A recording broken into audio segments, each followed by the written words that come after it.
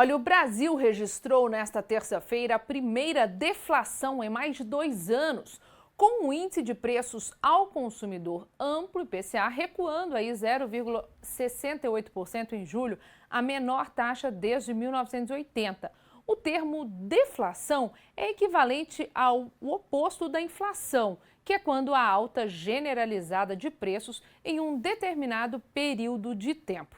Desta vez, porém, não houve uma queda generalizada, mas sim um recuo importante em dois grupos principais que compõem o IPCA, influenciado aí pelos combustíveis e energia elétrica, o que puxou para o índice bem para baixo. Para falar sobre a deflação, convidamos o economista Alex Agostini.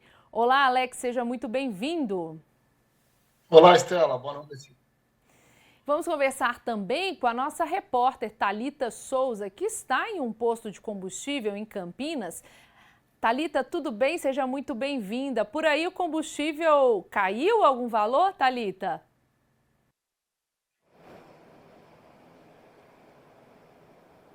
Boa noite para você, Estela, e a todos que nos acompanham. Estamos acompanhando aqui desde o início da tarde, nos postos de combustíveis, essa deflação de 0,68%, o que influencia principalmente na redução do preço então dos combustíveis, em destaque para a gasolina e também para o etanol.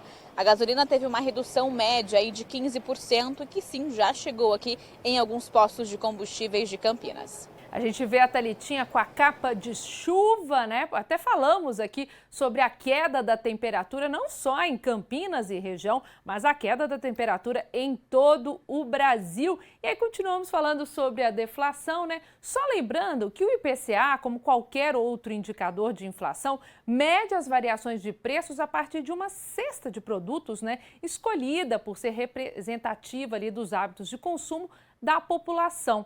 E aí eu quero saber, Alex Agostini, define pra gente, então, quando acontece a deflação? Olha, no início, na sua chamada, Estela, você deixou muito claro e explicou muito bem, né? A deflação é quando há uma redução no preço. Agora, é claro que, no caso desse resultado do IPCA, referente ao mês de julho, ele foi muito concentrado na redução do preço da tarifa de energia elétrica e também no preço de combustíveis, basicamente gasolina e também etanol. Porque houve a redução do ICMS incidente, a redução da alíquota do ICMS incidente sobre esses preços, né? Tanto da tarifa de energia como de preço de combustíveis.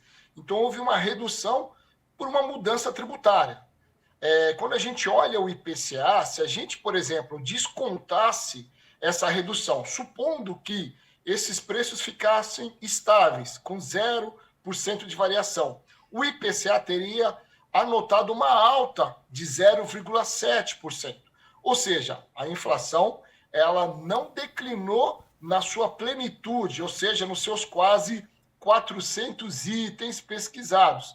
Ela declinou porque, claro, combustíveis e energia elétrica pesam muito na cesta de consumo dos brasileiros. Nós estamos falando aí de algo em torno de quase 15% de participação desses itens na composição da inflação. Agora, quando há uma inflação momentânea, ela é importante porque ela ajuda a retirar a pressão inflacionária do ano. E isso permite a gente ter uma previsão melhor, de um nível de inflação menor para o ano seguinte. O que não é uma deflação interessante é quando tem uma deflação contínua, Estela, ou seja, por vários meses seguidos. E isso aí sim denota uma fraqueza da economia. Não é o caso porque é algo pontual e por uma mudança tributária. E a deflação, ela pode ser causada por alguns fatores, né? O primeiro é quando há no mercado uma oferta de produtos maior que a demanda da população. Com isso, os preços precisam ser reajustados para atrair aí mais consumidores. Nesse caso de agora, o que aconteceu mesmo foi a queda desses dois produtos que puxaram a energia elétrica e os combustíveis? Isso, exatamente. Nesse mês especificamente, a deflação foi motivada, né, por essa mudança tributária e que houve uma queda no preço de combustíveis e energia elétrica. Mas você citou muito bem. Quando há uma oferta maior do que demanda, em geral o preço tende a cair. e a variação, ou seja, fica menor, né? Então, a variação de preço de um mês em relação ao mês anterior, ele foi menor. Por exemplo, nós vimos recentemente que o preço do leite disparou, mas é por um fator sazonal. Daqui a pouco, a oferta do leite vai voltar à normalidade e o preço do leite vai se reduzir. Então, nós vamos observar uma deflação do preço do leite. Isso vai contribuir para que o preço, né, geral, a inflação geral, fique um pouco mais moderada. Inclusive, já há expectativa de uma nova deflação do índice, né, do IPCA, no mês de agosto. Então a gente vai voltar a falar, Alex, com a Thalita, nossa repórter, que está ali num posto de combustível em Campinas. Thalita, chove bastante por aí ou está chuviscando só? Conta pra gente primeiro.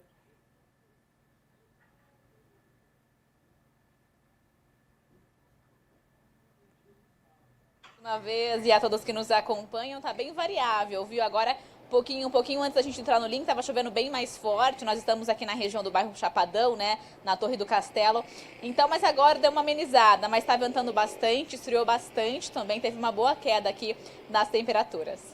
Thalita, a gente está falando aqui sobre o preço, exatamente o Alex estava analisando, né, que é justamente essa queda do preço dos combustíveis e também a queda no preço da energia que ajudou aí a gente ter o fenômeno, né, vamos falar assim, da deflação. Você pôde observar alguma queda aí em Campinas? Houve queda geral também, né, no preço dos combustíveis.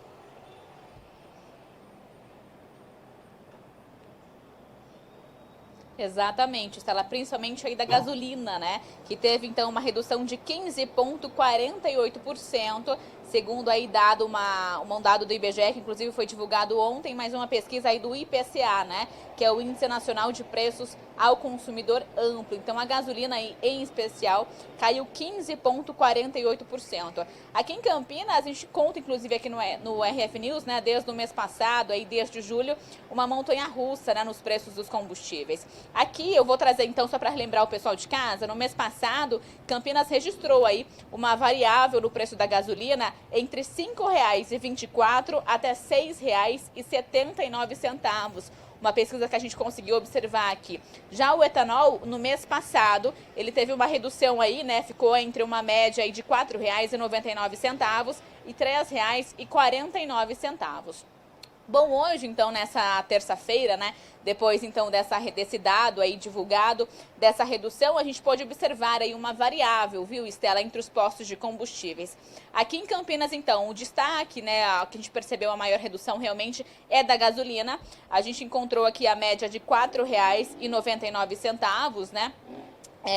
Lembrando que no mês passado a gente tinha a média aí de R$ 6,79, então acabou tendo um pouquinho essa redução em alguns postos de combustíveis aqui.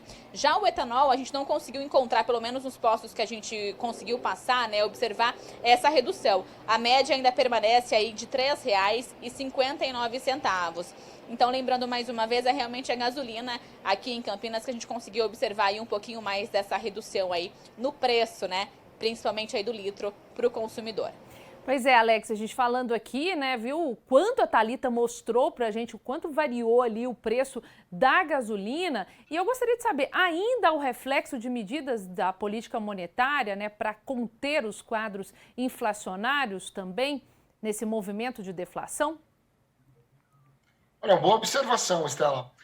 Porque a inflação, quando a gente mede o nível de inflação, como foi divulgado pelo IBGE, mostrando uma deflação de 0,68 no mês, mas é importante que a gente olhe toda a trajetória da inflação ao longo do ano e também qual é a expectativa para os próximos meses e para o ano seguinte, porque isso é que determina o nível de taxa de juros na economia brasileira. Inclusive, hoje o Banco Central divulgou a ata da sua última reunião, né, que determinou uma alta da taxa de juros, olhando, sim, essa dinâmica inflacionária.